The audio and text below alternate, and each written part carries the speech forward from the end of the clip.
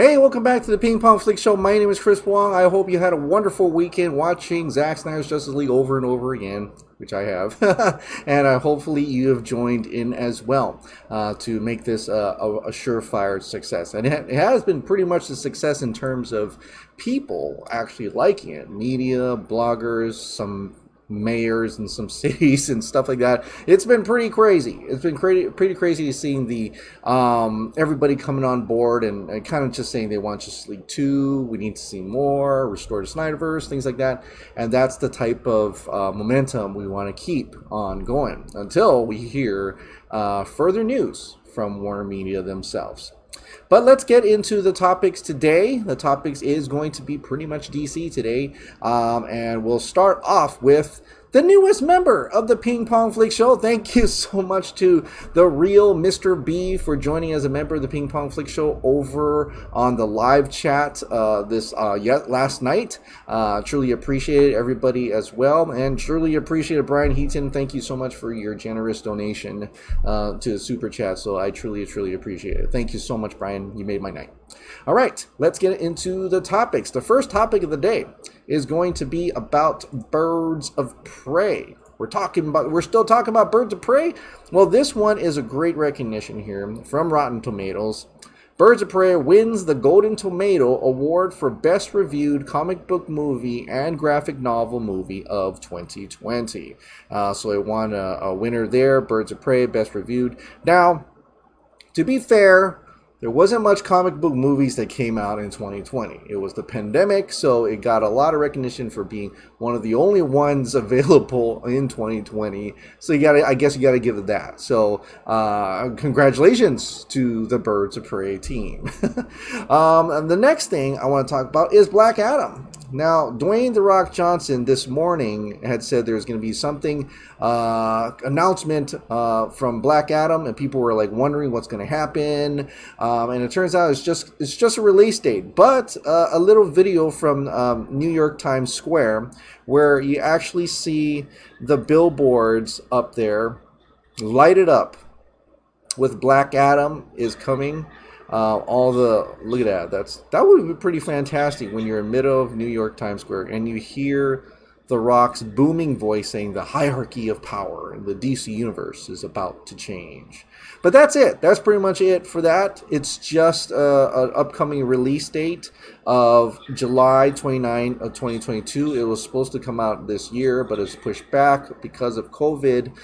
They're going to film soon. I think next month they're going to start filming Black Adam. And this is the Dwayne "The Rock" Johnson just flexing, a little bit of flexing in New York Times Square, getting all the billboards, all that money to buy out all these billboards, to have him just say the hierarchy of power in the DC is about to change, and just flashing the Black Adam title, but with the thing there, I would have thought, put a little clip there, but then again, they haven't shot anything, so they're really just pushing it out there, trying to make it a huge thing. So Danny Garcia also shared it as well, so that's part of that. All right. The next thing is about The Flash. Now, this is a little clip from the Lightcast podcast, and they were interviewing Ray Fisher in regards to a little bit of The Flash. And so you can go ahead and check out Lightcast if you want to see the whole interview at this time. But I'll show you, I'll send you, I'll play this little clip. I will say that I had a great conversation with Andy Muschietti last year. The script as it stood and the things that we talked about at that time seemed really awesome. And I wish them the best. Yeah. I will say that I had. That's pretty much that's all he said. But there was a little bit more about how a lot of the script he was wondering, there's probably a lot of stuff they had to remove from the Flash script when Cyborg's not involved. So he would have been actually very much more in the movie than, or what people were saying, like he's just a cameo and stuff. He actually was a part of the narrative in that aspect. And I thought that was like, oh man, that would have been so cool to see Cyborg, come back. After watching Zack Snyder's Justice League and knowing, full well that they were Cyborg helped him a little bit with how to figure out the speed. He was even mentioned in Crisis on Infinite Earths, how Victor Stone helped, told him about the multiverse and stuff like that. And it just really makes sense for Cyborg to be in there. And so it does. It's like he really got along with Andy Muschietti. They looked over the script together and everything, and they were ready to go. But unfortunately, all this happened with Walter Amada, and unfortunately, Ray Fisher was taken off of The Flash. Now, there's still some time to go, though I think it's not going to happen that Cyborg will be in there. But he really, just from watching Zack Snyder's Justice League, I think everybody else would agree that he deserves another shot at Cyborg. So hopefully something clears up, but I'm not counting on it. The Flash, don't even know what's happening. It's also supposed to be shooting next month, I think.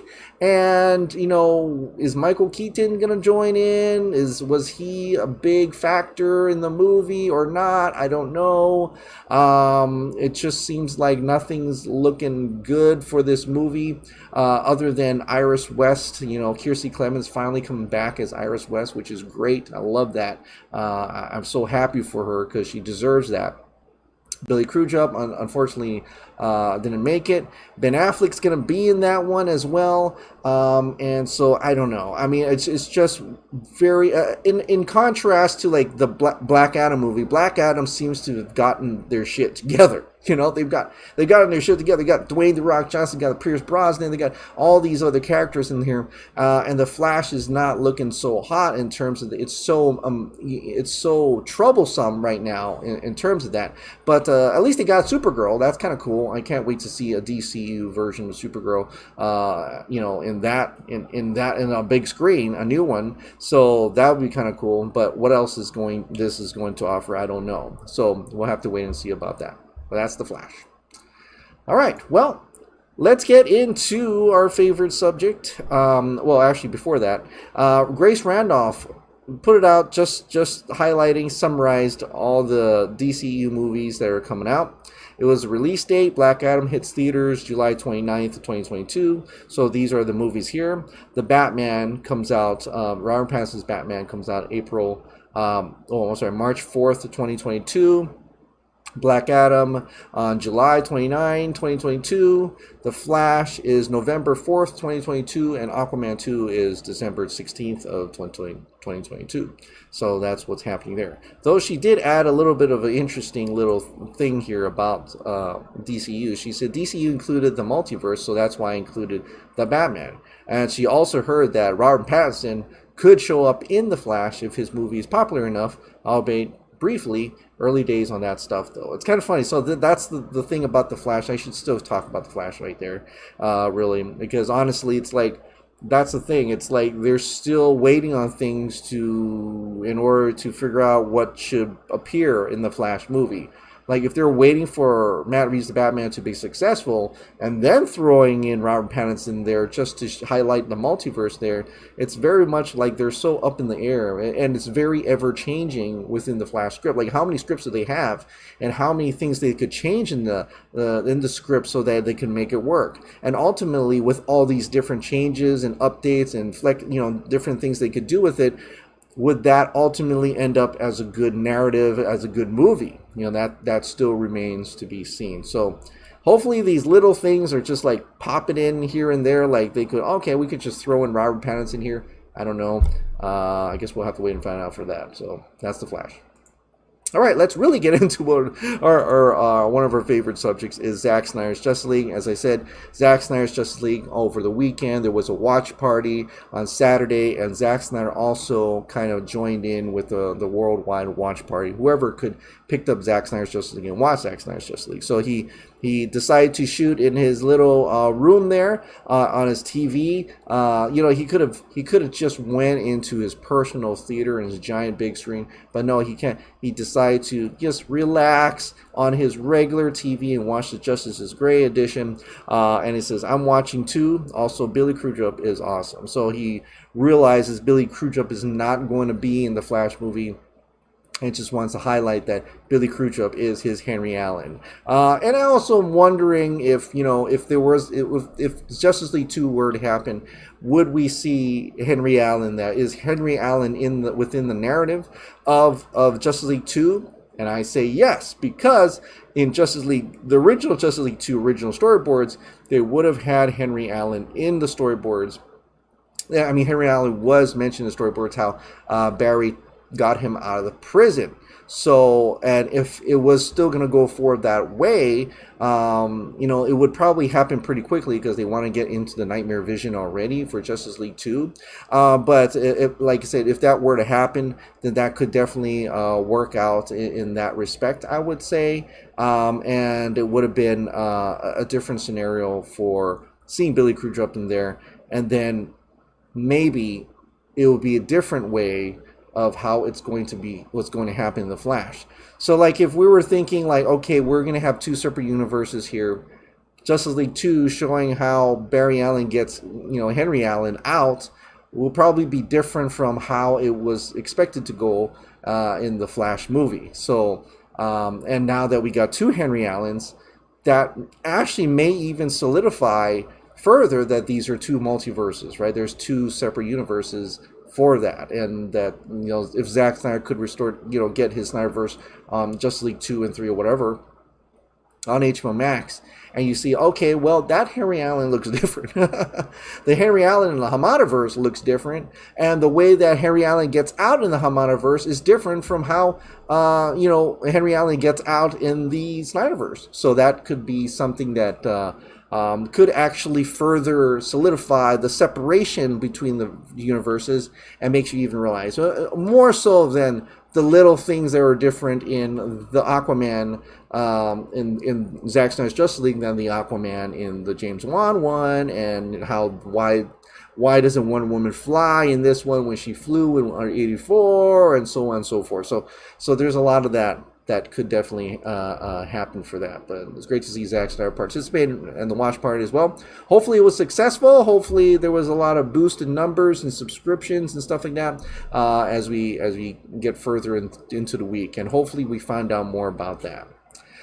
There were a lot of different things about articles about Snyder Cut fans and stuff like that. But I like to think that this little comment from James Gunn was actually almost a slight peg at Ann Sarnoff in a way. He says this: I see these articles attacking Snyder fans, but by far the vast majority of them yesterday were very supportive. They just simultaneously also want to see more of Zack's DC films. I'm not sure it's fair to attack all of them for the actions of few. And this is regards to, there was like 25 people who gave 1.5 stars to Godzilla vs. Kong. 25 people out of like all those reviews, and they said, oh, the Snow Snyder Cut fandom was terrible. But you look at that reviews, and it was like the same comment or the same score, and it was almost like, are those bots? I think those are bots. But definitely, I'm looking forward to Godzilla vs. Kong, so I'm not going to review Bum's Godzilla vs. Kong and put Restore to Snyderverse. Heck no.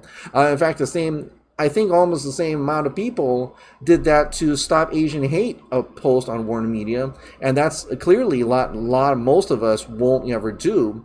And so James Gunn's right. Why are we generalizing a fandom from a select few that went rogue? Every fandom does that, right? There's always a few bad apples in a farm of apples, so there's always going to be that case, and it's just that some verifieds are very triggered by those select few and decide to generalize everybody else, and so they make a lot of noise, and they make some interesting remarks, and we should generally ignore them. The less we give them the attention, the less power they have.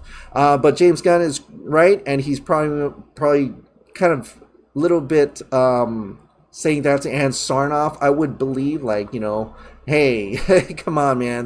They just want to see their DC films. They want to see my movie. They're very supportive, and they also want to see Zack's films as well. What's wrong with that? It's not fair to attack all of them for actions of few, and he's right. It is not fair. In fact, it's almost in the defensive right here. It's like, and you could have just said that, you would have. Okay, we're still considering the Ayers cut of Suicide Squad. There are some toxic fans, but the majority of them, look what they did. They raised $500,000 to AFSP. Actually, it was like $600,000, a little bit more than that now, to AFSP. She could have said that, but no, she didn't, unfortunately. And even James Gunn have to come out to support us as well. So thank you so much, James Gunn, for that. And it's great to see that. I was really worried that people were going to go under him, says release the Ayer cut, but no, people were pretty responsible. I have every faith that you guys were awesome, and you did. You may have not liked what the Suicide Squad was, but I don't think there were many people going under James Gunn and commenting under his movie or under his trailer too much. I would say, so that's great. I think James Gunn deserves his vision as well as Zack Snyder. So, like I said, we can have whatever amount of verse, you can do whatever the fuck you want. That's great. We just want to include it in the plan and have HBO Max put out that plan, and it could just be on HBO Max. If you want to feel a distinction between Hamadaverse and Snyderverse, I'm okay with that. I personally am okay with that. I think a lot of people are okay with that as well. So then we can, other people can further enjoy a Black Adam, further enjoy seeing a new Suicide Squad, further enjoy Flash and the Batman and so on and so forth. So that's how I see it in any case. But we're still trying to look for the numbers. Where are the fucking numbers? I mean, it feels like it's taking long, especially when Wonder Woman 1984 had the numbers ready on Sunday, the weekend of Wonder Woman 1984 coming out. Now, some people think maybe they're waiting for Godzilla vs. Kong, and then by the time the first quarter investors meeting or shareholders meeting or whatever, they'll show the numbers for that. And I think that would be kind of cool. But some people are wondering, especially within, a little bit in the know, are kind of looking around like, nah, they should have had it by now. I think they should have had it by now. So, but anyway, there are still other numbers coming out that's not from HBO Max. As I've said before, Crave said that Crave in Canada says Zack Snyder Justice League is the most watched thing since Game of Thrones, and it beat Game of Thrones, so that's awesome. Broke that record. A Russian stream service, Kinopoisk, I don't know if you said that right, said that 400,000 people watched Snyder Cut in the first 24 hours. This is a new record for this stream service. So another record broken for that Kinopoisk streaming service over there in Russia. So that's cool to see that as well. Dan Barrett, it says that it looks like Zack Snyder's Justice League is gray. That's the black and white version. Launches on Binge tomorrow, which already happened. And he said that Binge, tomorrow is coming. Okay, so Monday, 29th. Now, Binge says that the colored version is their most watched premiere to date, with no numbers to clarify exactly what that means. But for Binge to come out and say, hey, the colored version of Zack Snyder's Justice League is the most watched premiere we've ever had.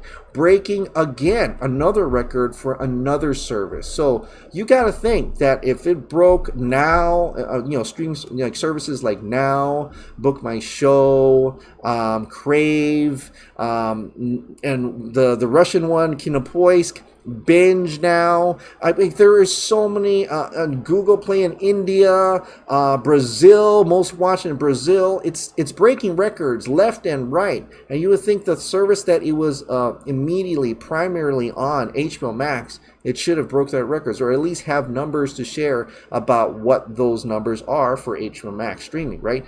Yet nothing here, nothing yet. That is truly frustrating.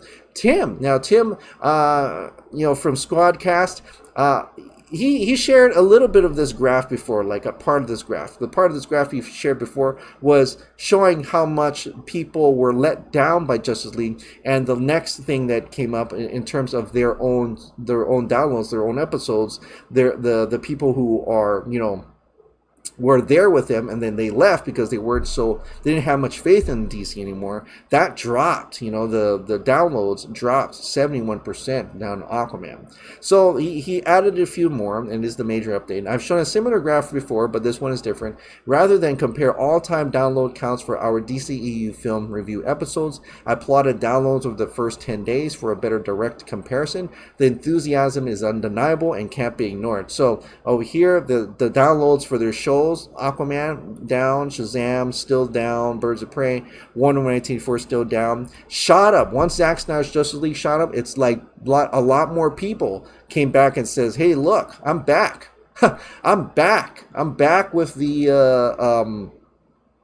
I'm definitely back with DCEU. I'm back on board." So that clearly shows you that even in the DC Film Squadcast, in the interest of that has gone up. I've also seen it on my channel as well. The interest for Justice League shot up more than Birds of Prey. Not many people cared too much about Birds of Prey, Shazam, and so on and so forth. And Wonder Woman 1984, clearly there was the mixed bag in that one.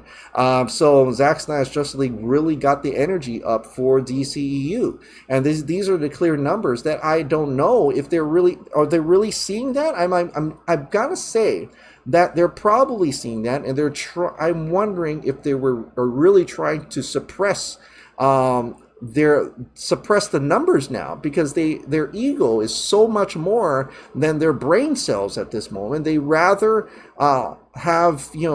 rather do what they want to do rather than what the customer wants. That is increasingly frustrating, and I think we just got to keep hammering it home. And I think it's great to see all these other verifieds and people with larger fan bases in other things like country music and rap music and whatever that are coming out and says restore the Snyderverse. That really does show that this is out of our fandom. It's not a minority at this point. 1.5 million tweets, not a minority at this point. This is a general audience type of mentality that want to see more. They want to see Justice League 2. So, but the numbers over here show, but we're still wanting to know the numbers that HBO Max sees. And I think Jason Kylar, I don't know if he saw it or whatever, or he's waiting for Ann to release it or something like that. I'm very curious what is the holdup. And we may have our first maybe indication of when we're going to see those numbers, maybe, or even before this. Brandon Katz, right? He's from, let me see, where is he from? He is a senior entertainment reporter for The Observer. Okay, so he said that my collection of third-party data metrics for the success-failure of Zack Snyder's Justice League will publish on Friday. Still waiting on a couple sources, but it will have a lot of comparative data from a few different outlets to try and paint a composite picture of viewership.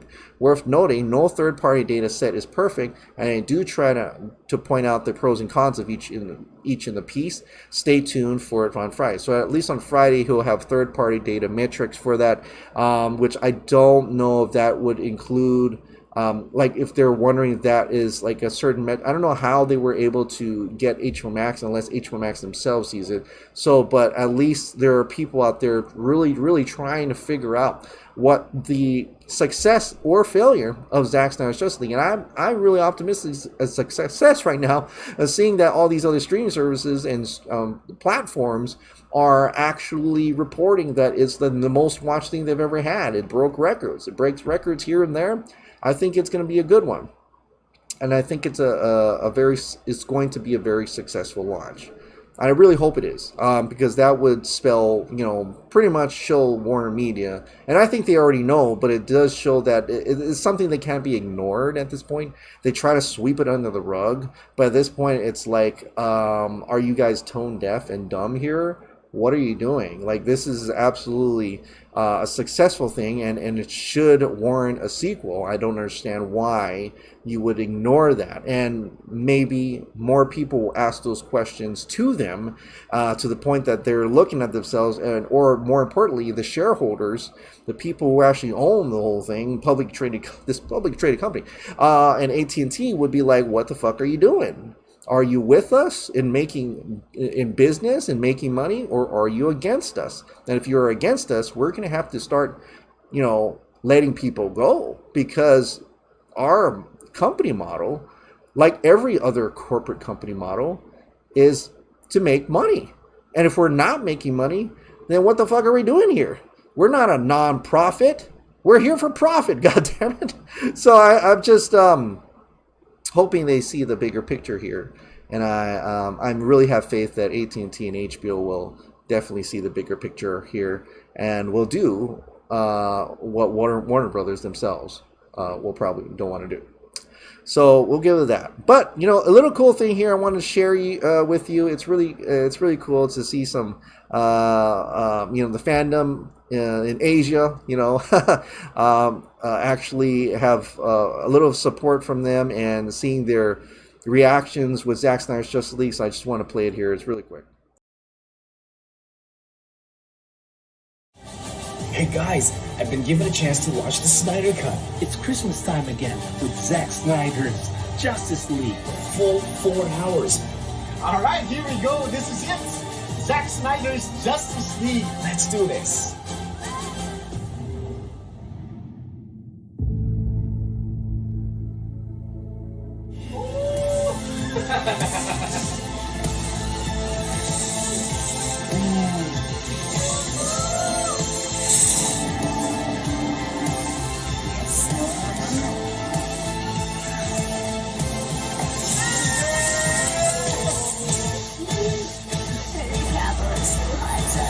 Nailed it.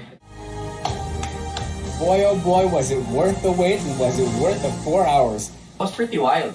I laughed, Love this one more. I gasped, It's darker. and I choked up and teared up at really touching moments. A lot of the scenes we didn't expect. It's amazing. It is very different. It's wonderful. Darker in an enjoyable way. It's flashy. I'm done. Cyberific. We're black. It's not only super, it's fantastic. Thank you, Zach. We sincerely appreciate having us as part of this virtual fan screening. Thank you so much, HBO. For this wonderful opportunity to watch the virtual premiere of Zack Snyder's Justice League. Justice has been served. I'm building an alliance. All right, that was fun. I love that. I love that guy who had all those puns there. Cyberific, aquamazing, what is it? Flashy, super, batastic, wonderful. That's awesome. That dude's. I love those puns there. It's awesome. But great to see that the fans, just to see regular fans around the world and in Asia. This was posted by the way, by HBO Asia, who's kind of always been there, really just say, hey, release the Snyder Cut. They were one of the first HBO accounts to say that, and I thought that was cool. That I don't know who's taking over who's that account, but it does show you that maybe HBO has a little bit more love and support for Snyderverse.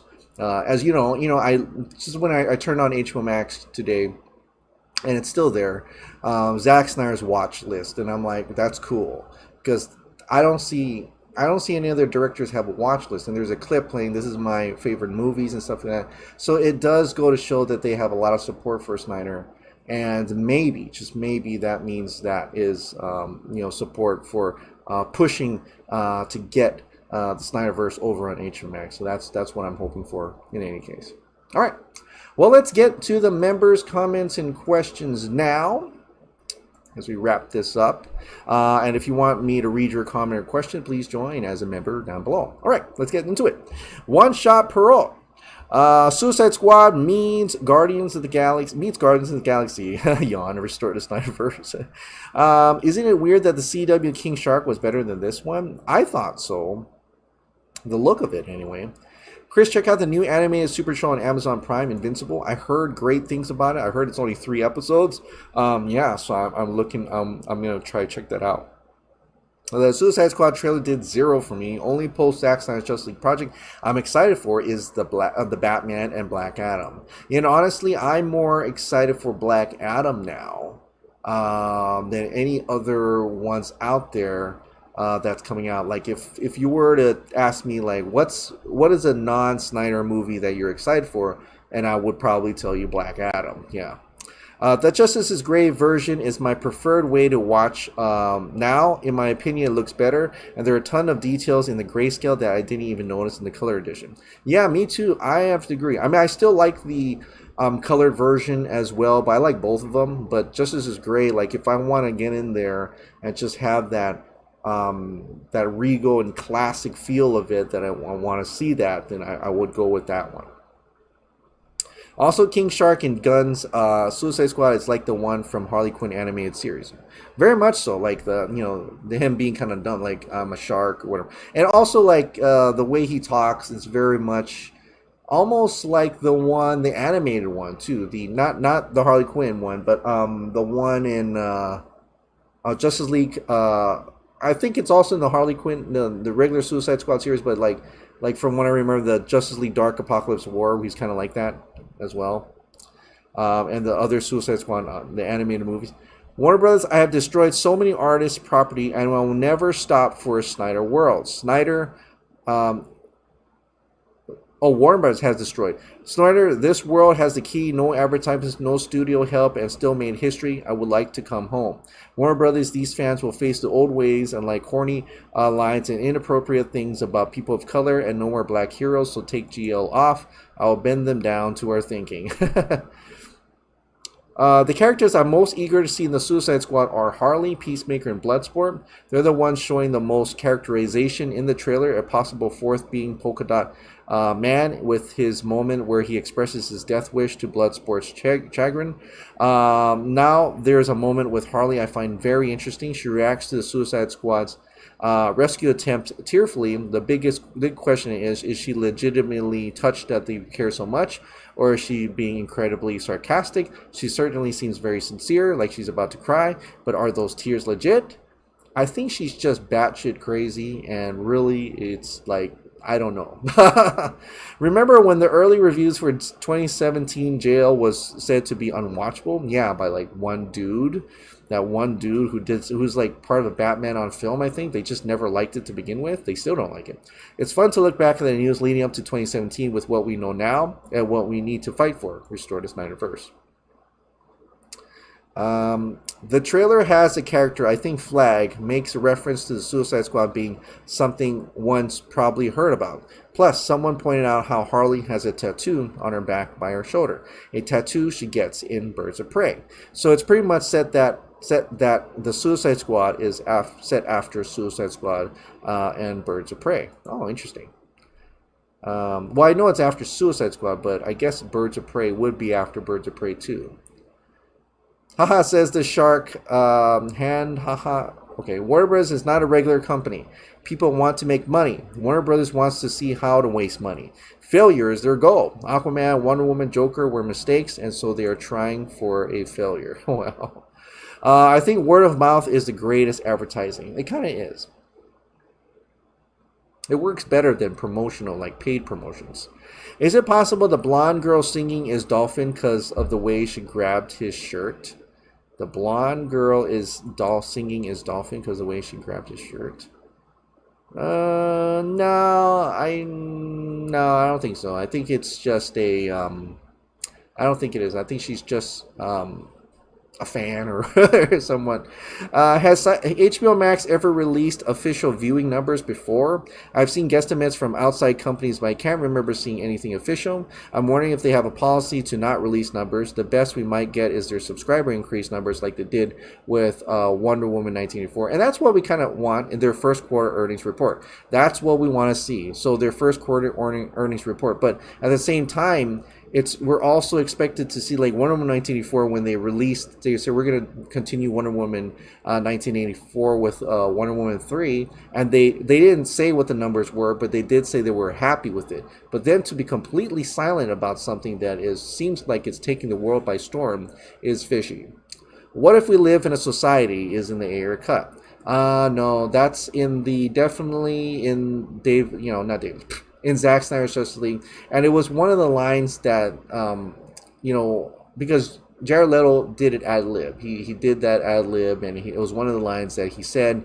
Ultimately, it never ended up on the cut, but Zack decided to put that in the trailer. So no, it's not in the air cut.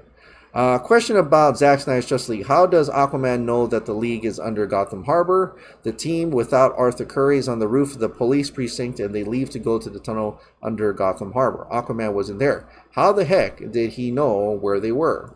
I would assume he's tracking Steppenwolf, and he was able to track Steppenwolf to Gotham Harbor, is what I'm expecting. And who knows? Maybe in the 5-hour cut, we'll see how Aquaman knew how to get there.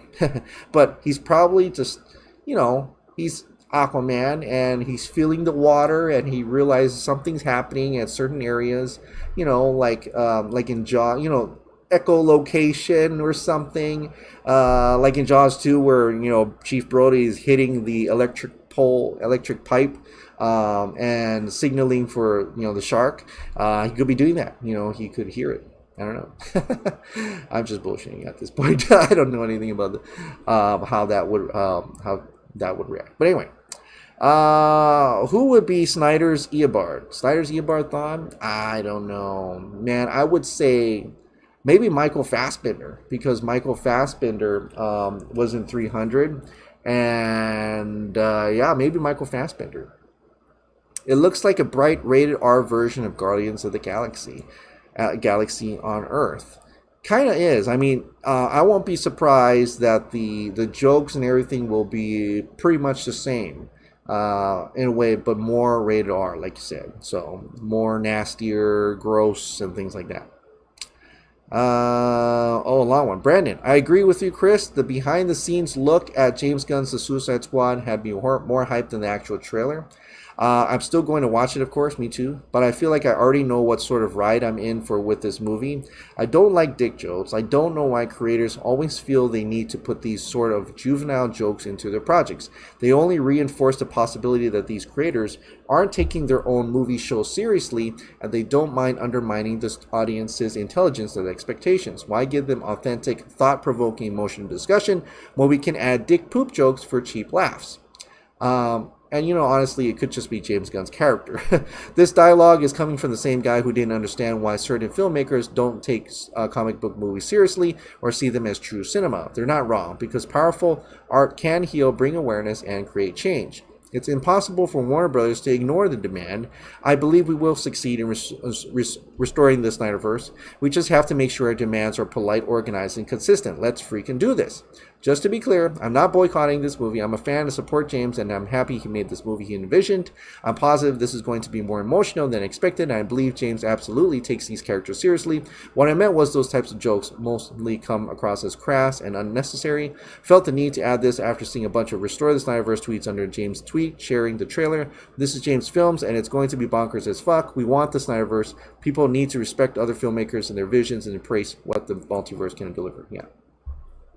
Yeah, I'm going to watch it as well. So now we know that not all these members are going to survive. Like they are going to die.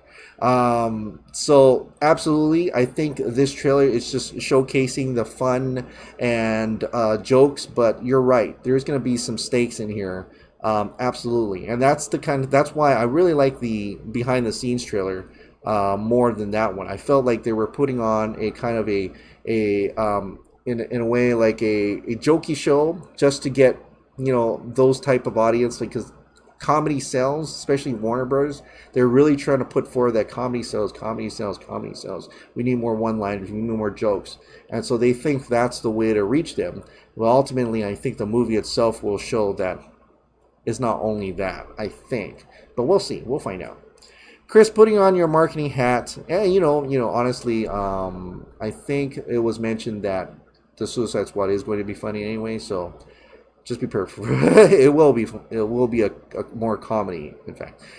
Chris, putting on your marketing hat, do you think this is all a big campaign? HBO Max being quiet, Warner Bros. Saying they're not continuing Zack Snyder's Justice League. It was all lead to a big demand for continuing the Snyderverse and in turn more promotion for Zack Snyder's Justice League.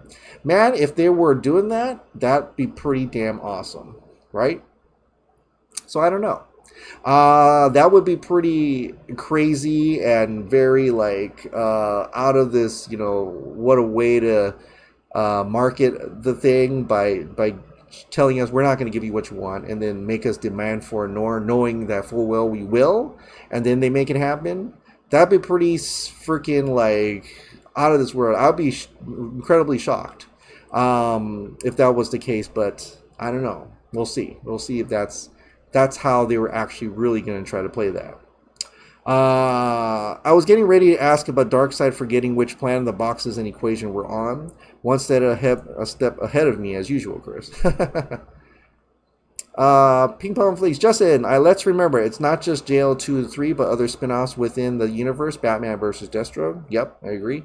But for just Zack Zack's films, right? Zack's directed films. Perhaps Kylar is waiting for the 1 month bar to make his case. Make sure he's got all the ammo he needs. Maybe. And some people thought of that as well. Like maybe they are truly waiting for that quarter report in order to grasp what they're going to do next. But at the same time, I think they know what it is. You know what I mean? Yeah, I have no interest for the Suicide Squad. I wouldn't give it a chance if not for Aaron Sarnoff. By the way, the 24-minute behind-the-scenes feature has finally been added on the HBO Max, Restores Universe. Yep, it did. So the behind-the-scenes, the documentary, I would say, is on there now. I hope Zack doesn't abandon film on Justice League 2 and 3, otherwise it will lose quite a lot, though he's shown obviously that he can do great work with digital as well. Yeah, I mean, he can absolutely do a lot of work with a little bit of budget. So, and if this was more of a character-driven story in Justice League 2, then, you know, there could be means to do it with a lower budget. Hey, Zack, has Zack ever confirmed how and why the photos from Lex's database have the heroes' logos? No. I thought Zack was going to talk about it during the BVS commentary, but he ignored it and just spoke about Wonder Woman photo. People say Lex designed them or a Lex Corp employee did, but that always seemed like an excuse instead of an answer. When trying to come up with reasons myself, I thought that maybe someone broke into Barry's hideout and saw his lightning bolt logo concepts. Maybe an employee deconstructed Diana's armored belt from a photo to make two W's. Maybe Lex researched Atlantean, saw the A symbol, and associated them with Arthur. But the C for Cyborg, that came out of nowhere, and it isn't easy to theorize about. I've never understood the logos from BVS. Chris, do you have any definitive explanations? No. I have no explanations whatsoever, other than I think Lex is a very good person in marketing, and he knows how to market. I mean, look at the Lex Luthor logo. I mean, it looks fantastic. So he's like, maybe I'll give these logos to these characters. But honestly, I don't know, and I don't know. It doesn't bother me as much, or at all. Mando Season 1 was supposedly up to 15 million an episode. Lord of the Rings is beyond 20 million an episode. Some rare shows are also in that 15 to 20 million range. Seems realistic to expect a potential JL series to be at least that per episode. Each season runs 6 episodes, 120 to 150 million per season. WandaVision supposedly is 25 million an episode, but that obviously varied from episode to episode. 225 for the whole season is likely likely off. Yeah. And yeah, so that goes to show there is really up to 15 million. So there's really, I think they're really able to do that. I think Zack, if he made it a series, he could potentially do one at that amount, you know, or even more. Seeing how, you know, if HBO Max finally realizes, hey, you know, Snyderverse is, you know, your next Game of Thrones here. This is not something to be laughed and throw away. This is something that could potentially bring in more subscriptions and viewers, and I think that's how it's going to go. So yeah, you got a point there. The Chris Moore was fantastic, magnificent. Chris Moore was. Oh, this is my. I did a little Gollum thing for the news story, so I hope you like it. Precious, my precious Snyder. I play it every night as a bedtime story. Oh, that's cool. Let's see. Janet Patterson. Hey, Chris, haven't watched your vids on Snyder Cut yet because I've been dealing with a lot of hectic crap, and I'm so pissed I haven't gotten to finish that movie. Oh, no worries, man. Hopefully I can get that last hour and a half finished tonight, but something keeps coming up and been working late as hell since the day before Snyder Cut. Got my Ping Pong Flix Godzilla vs. Kong shirt, the one that G is swimming towards K. Oh, awesome. Thank you so much for buying a shirt and supporting the channel. Absolutely. Everybody else, please look down below. There are shirts galore. My wife made them. Hope you liked it. Zack debated Godzilla vs. Kong. Hope you like that stuff. That shirt material is fucking great, Professor, and love that bat symbol on the back. Yeah, we'll go watch your vids on Zack Snyder's Justice League as soon as we get time. Plan to take the day off for the movie, but work said they needed me that day, and I haven't had time to watch it all yet. Hope you and your fam are doing great. Stay safe and stay sane, exiles. We'll keep that hot dog light on for you, slaw dogs for life. Well, thanks, man. Thanks, Janin. Appreciate it as always, and please, don't work too hard. And stay safe, man. And another question, Zack Snyder's Justice League, how does separating the mother boxes destroy them? Does the action of separating them completely dissipate their seemingly, yeah, I don't think they destroyed them. Although Desaad says now that the mother boxes were destroyed. Oh, here you go. I should have read more. Does the action of separating them completely dissipate their seemingly infinite energy, rendering them essentially destroyed but retaining a physical form? Because Desaad said they were destroyed, Darkseid said, reply, well, use the old ways. This makes it sound like the boom tubes only work when mother boxes work, but then how was Steppenwolf been traveling to different planets? Had he just been going to planets collecting mother boxes? Because the film said only Earth had those after they forgot to pick them up when retreating. And since Earth is the only planet Darkseid lost, it's safe to assume those other worlds didn't have any mother boxes. Maybe Steppenwolf had a spaceship on the moon or something, and it had a mother box that powered his boom tubes. But that doesn't make sense with what Desaad said. Hopefully JO2 will explain the logic behind boom tubes. And was the Unity always going to explode? The blast would have also destroyed Steppenwolf if it was able to destroy Superman. How has Steppenwolf done that to so many planets beforehand then? You could argue that maybe Cyborg interfering caused the boxes to self-destruct, but that seems too convenient. Sorry, this is becoming a loaded question. It's just that the unaddressed elements of the films are confusing. Do you have any answers, Chris? No. I have no answers for you. Sorry.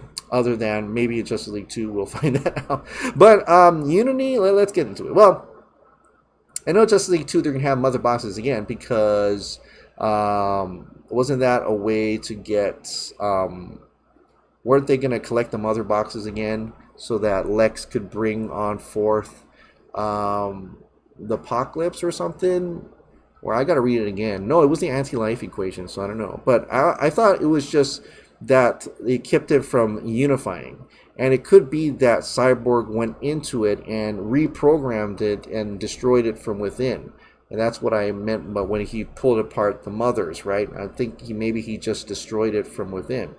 And, that's how that went. But if Darkseid, I think boom tubes in Justice League 2, I gotta look at the storyboards again. So that may all just change. So we won't know until Justice League 2. Yeah, the blast would have destroyed Steppenwolf. So I'm thinking, like, if he was about to happen, he would have just boom tubed out and let it destroy the Earth and came back with the entire army. If they were even going to let Steppenwolf survive. I think he was destroying planets without mother boxes to begin with. So this was the first one where he was going to unify with the mother boxes to do that one, maybe. Of course, I'm not Zack Snyder, so I have no idea. And maybe that's some great conversation to have. Hopefully, when Zack Snyder does a watch party, a real one, where he's actually talking and commenting on Zack Snyder's Justice League. And I'm thinking he probably would do that, and hopefully soon. So we can all plan to have another watch party with Zack Snyder's Justice League. All right, well, that is it. Thank you so much for your comments and questions here. Absolutely, truly appreciate all the members. Let's find out what happens this week. And hopefully maybe we'll get some Zack Snyder's Justice League actual numbers, or at least an idea of how successful Zack Snyder's Justice League was on HBO Max. All right. Well, thank you so much for watching. Like I said, if you absolutely love this daily dose of entertainment news and content, please click the like button, hit the subscribe button, ring that notification bell, keep this hot dog light on, get some t-shirts down below, and I'll see you next time.